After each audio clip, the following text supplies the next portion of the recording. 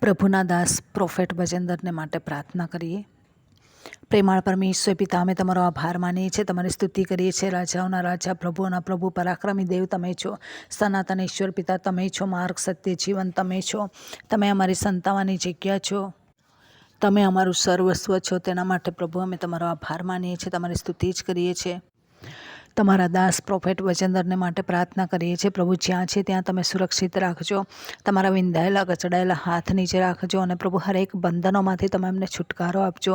સ્વર્ગીય દૂતો મોકલાવીને ચોકી કરાવજો। જેમ દાનિયેલને સિંહોના બિલમાં પ્રભુ આખી રાત તમે રક્ષા કરી હતી, એ જ રીતના પ્રભુ તમારા ગૌરવાન દૂતો મોકલાવીને જેલખાનામાં તમે એમની રક્ષા કરજો। પ્રભુ એમને તંદુરસ્તીની જરૂર હોય તંદુરસ્તી પૂરા પાડો। એમને પ્રભુ જે પણ જરૂરિયાત હોય ઈસુના નામમાં તમે પૂરા પાડો। પ્રભુ આત્મિક અનાત્મિક ભોજન તમે એમને પૂરું પાડો। જેમ એલિયાને તમે ભોજન પૂરું પાડ્યું હતું, અંગારા પર શેકેલી રોટલી આપી અને એના પ્રતાપથી તે 40 દિવસ અને રાત દોડીને હોરેબ પર્વત ઉપર ચડ્યો, એવી તાકાત તમે એમને પૂરી પાડો। એવી ખાસ પ્રાર્થના અમે કરીએ છીએ। પ્રભુ સ્વર્ગીય દૂતો મોકલાવીને તમે એમની રક્ષા કરજો। જેલમાં હરેક ખતરાઓથી હાનિઓથી બચાવજો। પ્રભુ તમે એમની પડખે છો। પ્રભુ તમે એમના બેલી છો, તમે એમના સહારા છો, તમે એમના આશ્રય છો।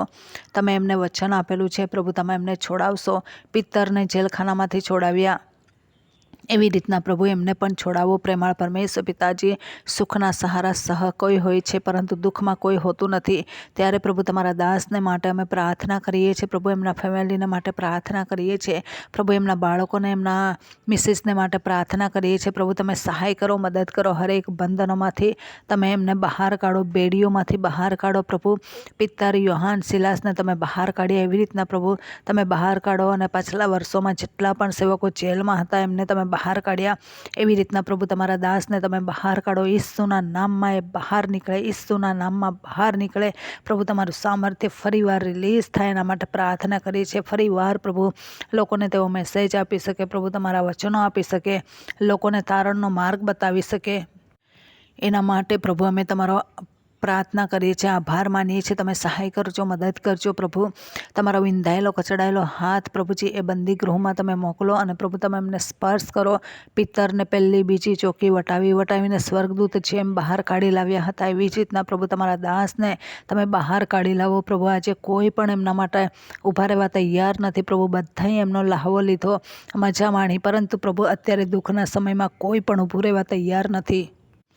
અમે પ્રાર્થના કરીએ છીએ જલ્દીથી તમે એમને બહાર કાઢો। તમારો વિંધાયેલો કચડાયેલો હાથ મોકલો પ્રભુ અને સ્પર્શ કરીને પ્રભુ તમે એમને જેલમાંથી બહાર કાઢો। પ્રભુ જે પણ પાપો અપરાધો હોય સર્વની કબૂલાત કરીએ છીએ। પ્રભુ તમે અમારા પાપો ગુના માફ કરીને પ્રભુ એ દાસને તમે છુટકારો આપો। ઈસુના નામમાં છુટકારો આપો, ઈસુના નામમાં છુટકારો આપો।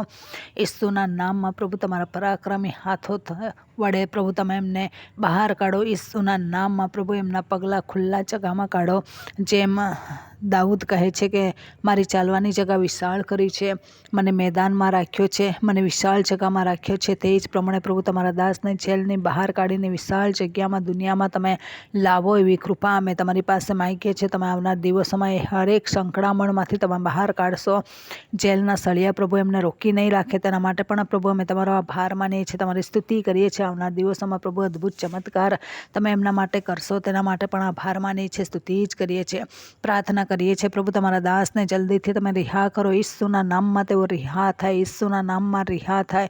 પ્રભુ એ જેલના હરેક દરવાજા ઉપર તમારો રક્તનો છંટકાવ કરીએ છીએ, બારીઓ ઉપર રક્તનો છંટકાવ કરીએ છીએ, તેમજ તમામ અધિકારીગણોને તમારા રક્તથી ઢાંકી દઈએ છીએ। પ્રભુ તમે સહાય કરો, મદદ કરો એમના માટે। પ્રભુ તમે યુદ્ધ લડો। ઇસરાયેલ લોકોને માટે તમે યુદ્ધ લડ્યા એવી રીતના પ્રભુ તમારા દાસને માટે તમે યુદ્ધ લડો। તમે ન્યાયાધીશ છો ત્યારે પ્રભુ તમારા દાસને છુટકારો આપો, તમારા દાસને છુટકારો આપો। તમે એમના વકીલ બનો, તમે એમના જજ બનો અને પ્રભુ જલ્દીથી તમે એમને રિહા કરો। ઈસુના નામમાં રિહા કરો, ઈસુના નામમાં રિહા કરો, ઈસુના નામમાં રિહા કરો।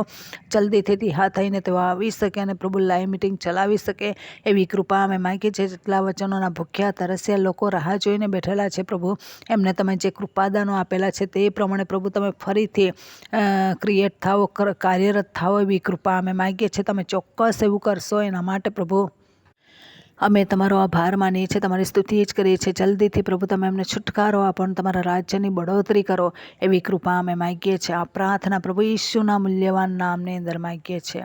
Amen. Thank you. Praise the lord. God bless you. Amen.